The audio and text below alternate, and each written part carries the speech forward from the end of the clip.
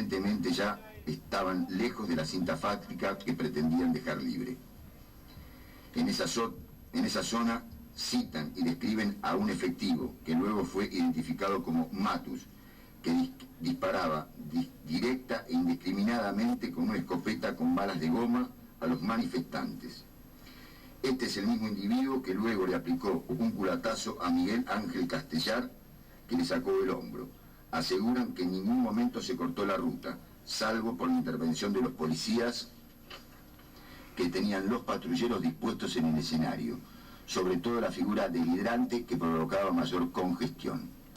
La mayoría de las camionetas Traffic que Atena había contratado para llegar al lugar cuando comenzó la represión se retiraron, dejando a pie a gran número de docentes que eran permanentemente asistidos por los compañeros que habían llevado automóviles particulares.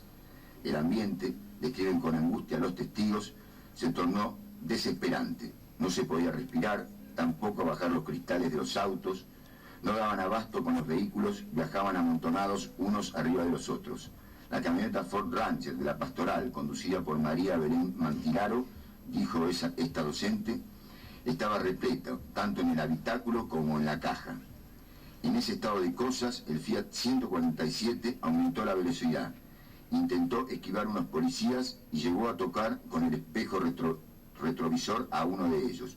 Fue rodeado, le golpearon el auto con patadas y culatazos y posteriormente recibió el disparo de un proyectil de gas lacrimógeno que impactó en la camioneta y lesionó de muerte a Carlos Fuentealba. Juan Bernardo Uribe, Marcelo Guagliardo, Gabriel Pizado, Carlos Colengran ayudaron a sacarlo previo a romper el vidrio trasero. Sin duda, el testimonio más preciso fue el de Uribe, que primero trató de sacarlo por la puerta delantera del conductor. Describió y representó la forma en que estaba sentado, casi en cuclillas, entre los dos asientos delanteros, quejándose de dolor y temblando. Luego colaboró para liberarlo por detrás, y como el resto de los testigos, dijo que tenía mucha sangre en la cabeza, convulsionaba, lo acostaron al costado de la ruta, el hidrante le tiró agua, hasta que llegó la ambulancia, en medio del desconcierto, la indignación y el reclamo generalizado. Este testimonio descarta, junto con el resto de las pruebas, la conjetura de la defensa sobre la Barreta.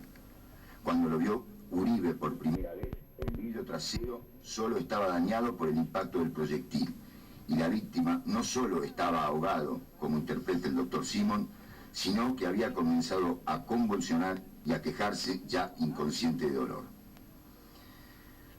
Los otros relatos a los que hago referencia son los de Andrea Rosso, que vio cuando un policía disparaba desde atrás, observó la luneta rota y describió el ambiente en la estación de servicio.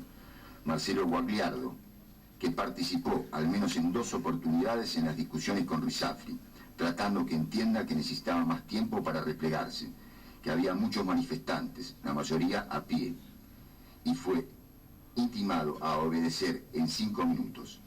Además, ayudó a rescatar a Carlos Fuentealba. Jorge Néstor Porrino, de Junín de los Andes, afirmó que el policía que disparó contra el 147 lo hizo de atrás en forma deliberada e intencional. Nidia Beatriz Pérez estuvo en la estación de servicio cuando la policía reprimía con gas, pese al obvio riesgo que implicaba. Vio que el proyectil rompía la luneta del Fiat y que el hidrante tiraba agua al cuerpo. Carlos Colengran ayudó a rescatar al herido del automóvil. Soledad Valencia, docente de Junín de los Andes, aseguró que a las 8 de la mañana ya estaba lleno de policías. Fue herida con una bala de goma a la altura de la cadera. María Belén Mantilaro manejaba la camioneta Ford de la Pastoral, estaba detrás del Fiat y vio un policía robusto, de contextura física fuerte, alto, vestido con uniforme oscuro, que se colocó detrás del auto y delante de ellos. Inclinó ligeramente la rodilla y en forma directa apuntó y disparó. El arma era corta y de boca ancha. Similar a este relato, pueden citarse a María del Valle Aballay y Estela Leonor Sobelvio, que viajaban junto a Mantilaro y describen al policía que disparó desde el mismo lugar y con las mismas características. De atrás, uniforme negro, robusto. Luis Gaspar Silva, que escuchó a Rizafri ordenar el desalojo de la ruta en 5 minutos y un incidente entre el conductor de una camioneta Cherokee y un efectivo policial. El primero le reclamaba haber disparado contra su vehículo. Gabriel Pillado, que colaboró en el rescate de Carlos Fuentealba, y dijo que la persona que rompió la luneta le parece que se apellida García. Marcelo Fernández, dirigente gremial, participó en las improvisadas negociaciones con los jefes de policía que comandaban el operativo, tratando de ganar tiempo para organizarse y reagruparse. En atención al caos generalizado y la situación de riesgo. Antonio Marucci mencionó que a instancia de las asambleas previas a la protesta se había pactado que ante cualquier situación de inseguridad se retiraban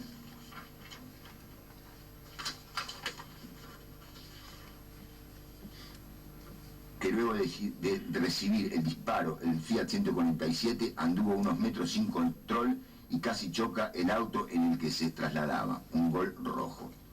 Miguel Alejandro Castellar, que luego del atentado contra Carlos Fuentealba se produjo un caos y decidió caminar con los brazos en alto para evitar confusiones. A pesar de esta precaución, fue atacado por Macu con la culata de la escopeta que le sacó el hombro.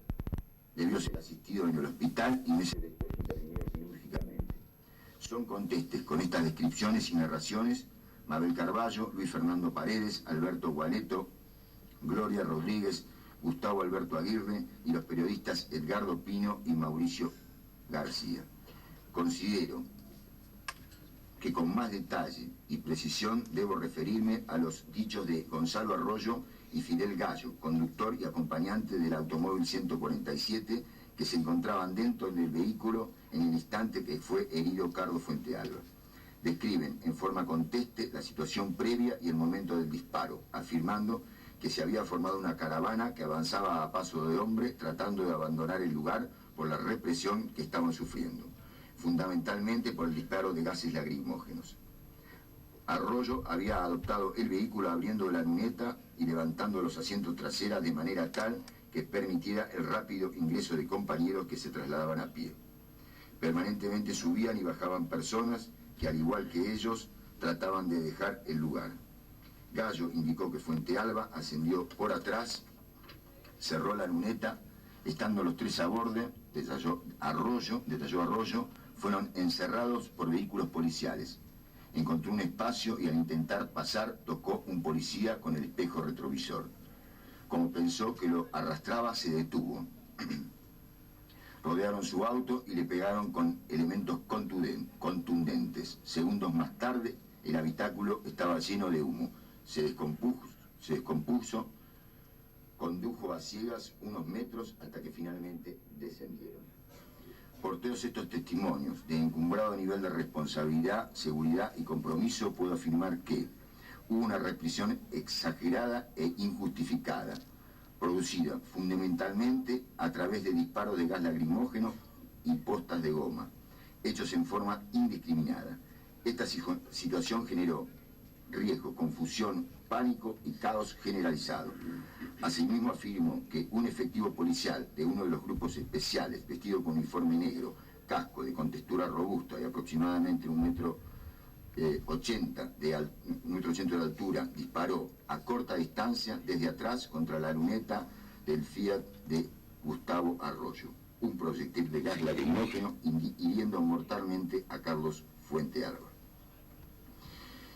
En el tercer bloque de relatos esenciales en la deliberación del imputado se destaca el de Marcela Fabiana Pilar Roa, que llegó al lugar en una de las Traffic alquiladas por Aten.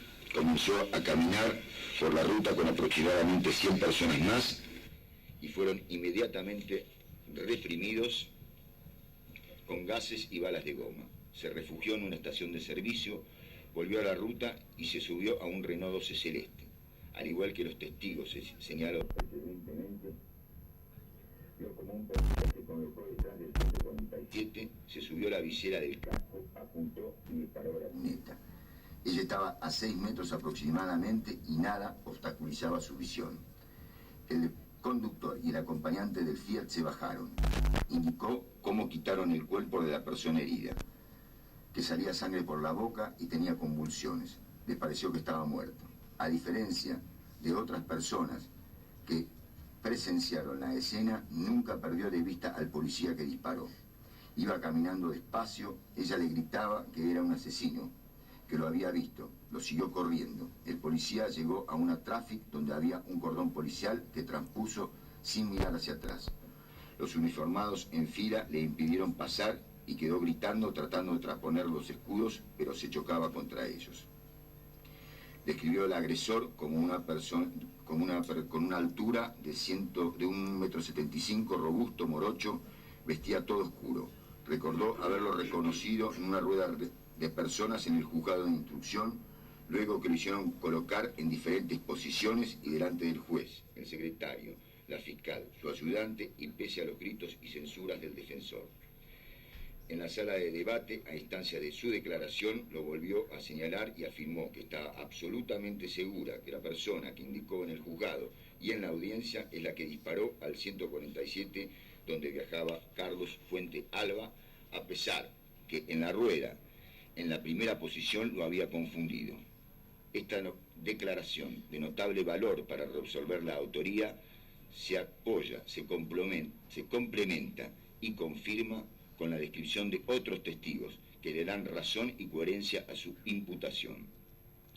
Los grupos del grupo operativo de Cutralcó declararon que inmediatamente después que se produce el disparo al 147, vieron a Poblete en la tráfico, conducta que encontraron extraña y sin sentido por la situación de tensión que imperaba, la más extrema de todo el operativo, que no estaba herido, no se lo notaba cansado y en un móvil ajeno a su grupo, sin haber pedido permiso al oficial a cargo o avisado al menos al chofer que se encontraba reubicando la camioneta en ese momento. Incluso uno de los efectivos cita este hecho simultáneamente a que una maestra lo acusaba de haber disparado. Juan José Venegas, chofer del JP 464 de Cutralcó, dijo que cuando todo el grupo había descendido del móvil, escuchó por radio al subcomisario Aquiles González que ordenaba que detengan a un automóvil porque habían atropellado a un oficial. El jefe de su grupo le indicó cómo estacionar para evitar riesgos. El camión hidrante tiraba agua. Pensó que se estaba prendiendo fuego un automóvil y escuchó que había una persona herida por una granada de gas. Cuando todo esto ocurría, vio a Poblete, que no pertenece a su grupo, en el tercer asiento individual. Tenía casco y una pistola federal. Llegó luego el oficial Lincoleo, jefe del grupo Zapala,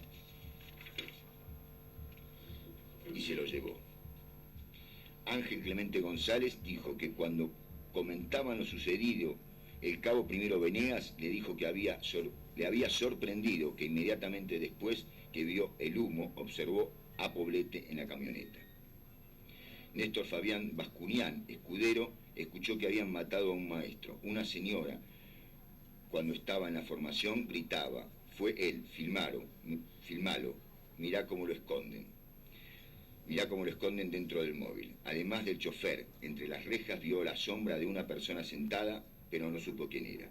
Víctor Pérez, del grupo especial de Zapala, disparó al piso en dirección al automóvil conducido por Arroyo, con la escopeta 1270 que portaba, cuando el subcomisario González ordenó que lo detenga porque había acelerado la marcha y atropellado a un oficial.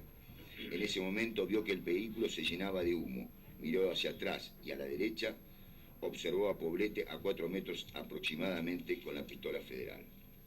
Sergio Burgos, sargento del grupo especial de Cutralcó, afirmó que en el momento en que se produjo el disparo al automóvil se encontraba dentro del móvil.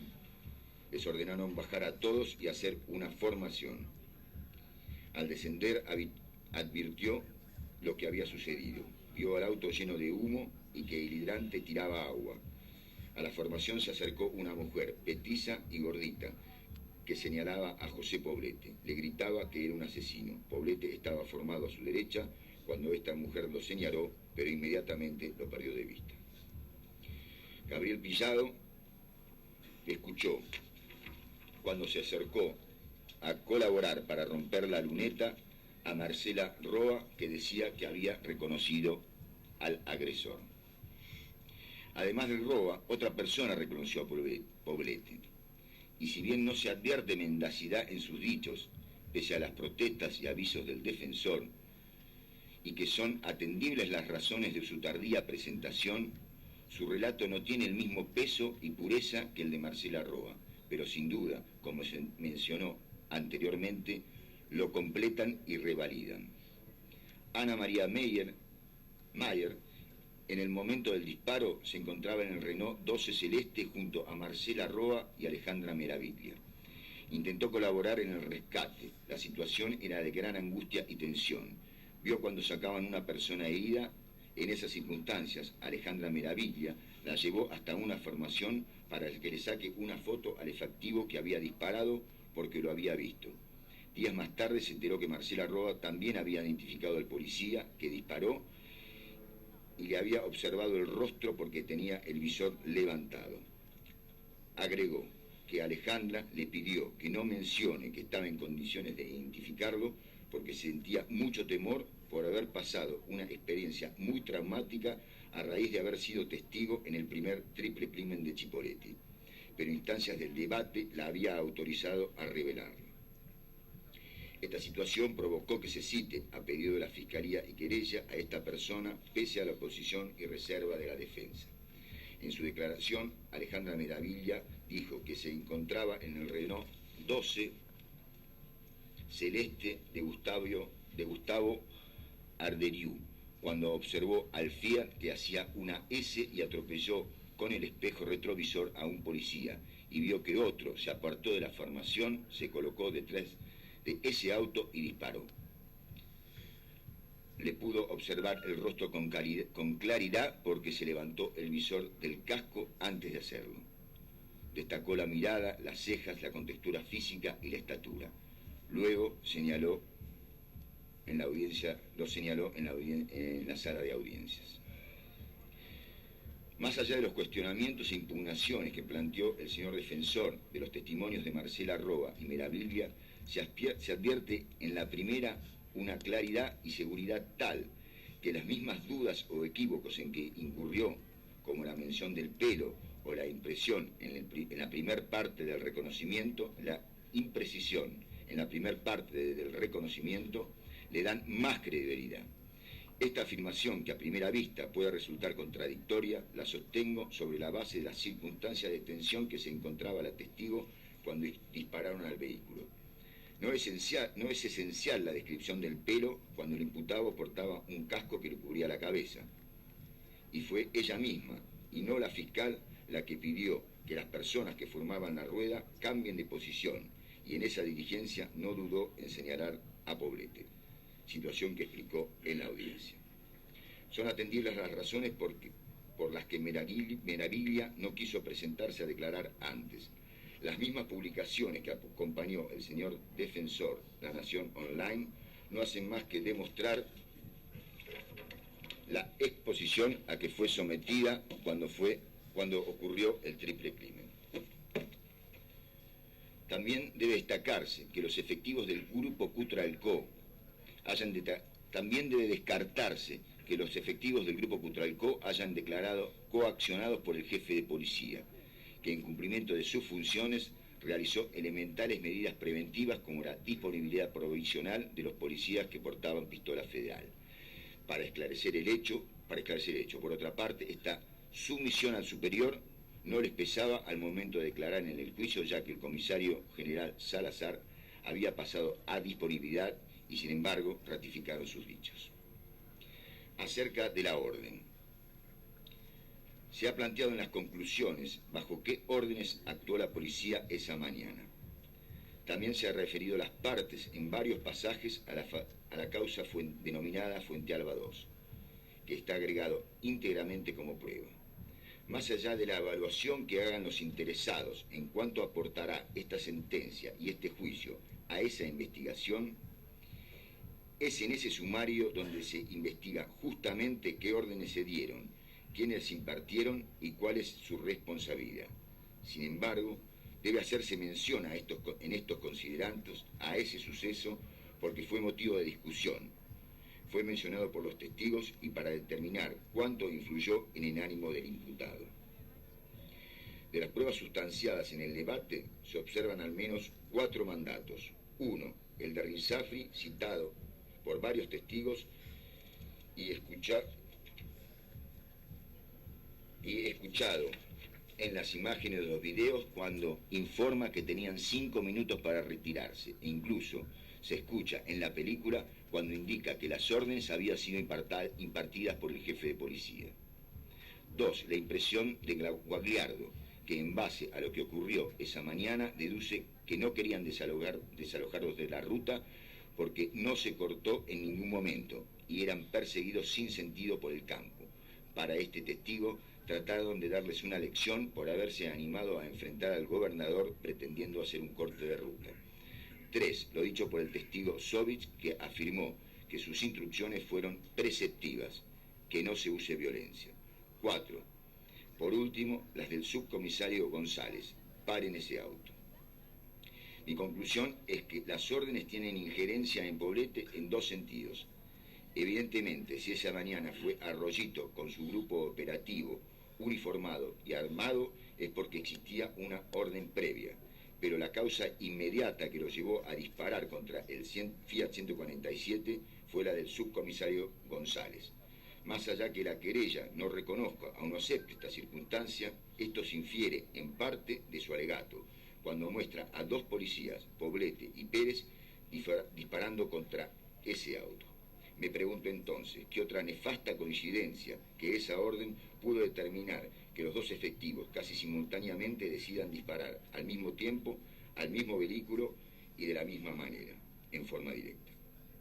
Por los argumentos expuestos considero que el hecho y la autoría de José Darío Poblete ha quedado certeramente acreditado en los términos impuestos en la acusación de la Fiscalía y la querella, que a mi juicio son idénticas sin perjuicio del diferente encuadre legal que será analizado en la segunda cuestión. Así voto. Que el doctor Luis María Fernández dijo: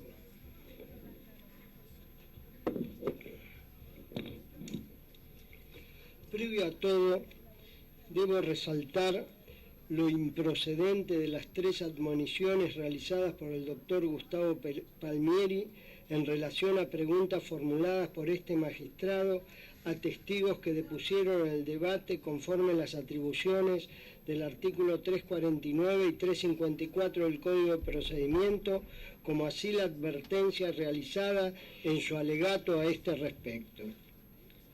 En relación a esta última intervención, el mencionado letrado se apartó de los parámetros impuestos en el artículo 358, primer párrafo del Código de Procedimiento, que fija claramente el contenido del alegato. Vaya a ello a título de breve introducción, pues no vale la pena el dedicar mayores líneas a tales incidencias. En cuanto a las nulidades planteadas por el señor defensor, adhiero a su rechazo por las consideraciones realizadas por el doctor Mario Rodríguez Gómez, sin perjuicio de las valoraciones que efectuaré más adelante respecto del secuestro de la vaina de la pistola federal calibre 38.1 que fuera cotejada y se determinara como percutida por la pistola federal 01117, fojas 529-531. Entiendo que se encuentra debidamente acreditada la materialidad objetiva del hecho, consistente en el deceso de Carlos Fuentealba a raíz de heridas producidas por el impacto de un misil que impactó en su cráneo en las circunstancias de tiempo y lugar más arriba consignadas por el vocal propinante.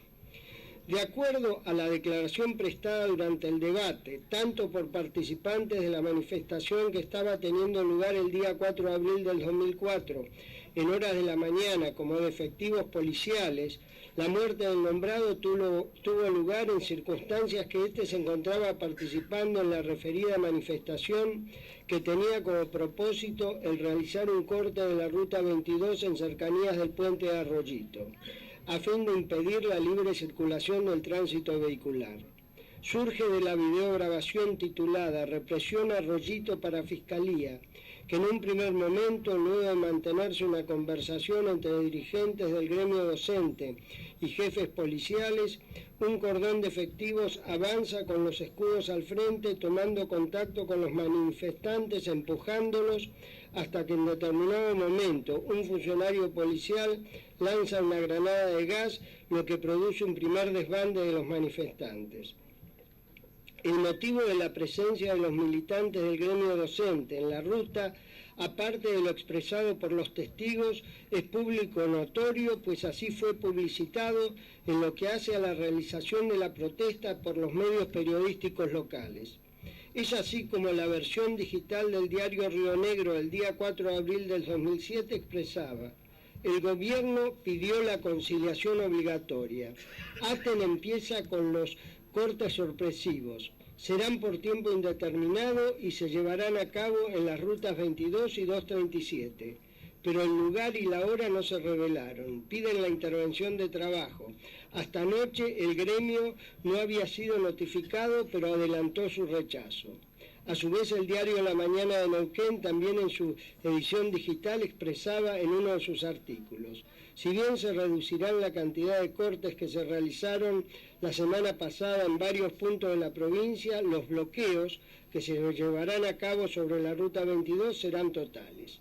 En cuanto al propósito y misión de las fuerzas policiales, resulta evidente que era el evitar que se produjera dicho corte de ruta, lo que surge del informe de Fojas 130, glosado en la causa, en el que se expresa que en el Departamento de Operaciones, dependiente de la Superintendencia de Seguridad de la Jefatura de Policía de la provincia de Neuquén, no se confeccionó orden de operaciones respecto al procedimiento llevado en la mañana del día de la fecha en intersección de las rutas nacionales 22 y 237, toda vez que el despliegue realizado tenía la finalidad netamente preventiva, cuyo objetivo era evitar la instalación de un piquete en un sector del corredor donde no existen caminos alternativos.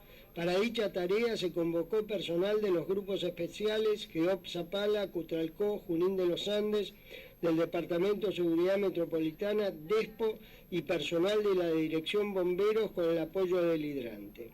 A fin de dirigir las actividades procedimentales, en el sitio se encontraban el señor subjefe de policía, el suscripto, el director de seguridad Neuquén y oficiales jefes a cargo de cada grupo. Dicha nota lleva fecha 4 de abril del 2007 y es firmada por Adolfo Federico Soto, comisario general, superintendente de seguridad. La participación de los grupos mencionados y de los jefes referenciados, luego durante el debate se vio comprobada a través de las declaraciones de los testigos y las evidencias fílmicas proyectadas. Valga lo expresado a título de especial proemio para enmarcar el hecho que nos ocupa, consistente en la muerte de Carlos Fuentealba, ya que la legalidad o ilegitimidad del uso de la fuerza pública para despejar el corte de ruta y los posibles excesos que pudieron cometerse en el curso del procedimiento no forman parte del objeto procesal de la presente causa, ya que son motivo de investigación en los autos caratulados Fiscalía de Cámara sobre Investigación, expediente 38.150/07.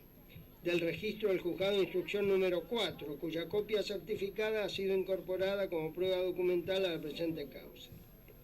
En relación a los dichos de los testigos que depusieron respecto al inicio, desarrollo del uso de la fuerza pública hasta momentos previos a que se produjera el resultado muerte, a fin de evitar repeticiones innecesarias, me remito a la acabada reseña efectuada por el vocal propinante. A través de los testimonios se encuentra debidamente acreditado que Carlos Fuentealba se encontraba participando en la referida manifestación como integrante del gremio docente. Es así como el testigo Colen